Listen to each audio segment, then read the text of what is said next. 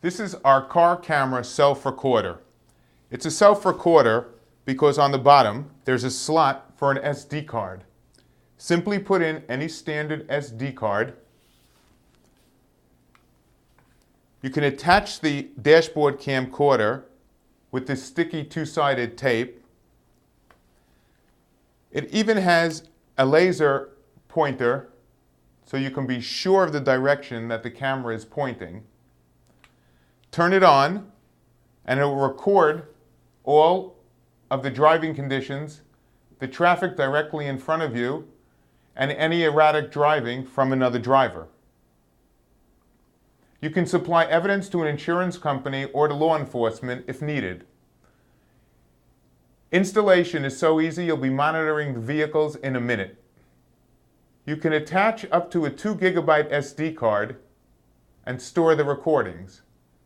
There are two ways to power the camera. One is with its included cigarette light adapter, and the other is just by inserting in the front panel 4 AAA batteries.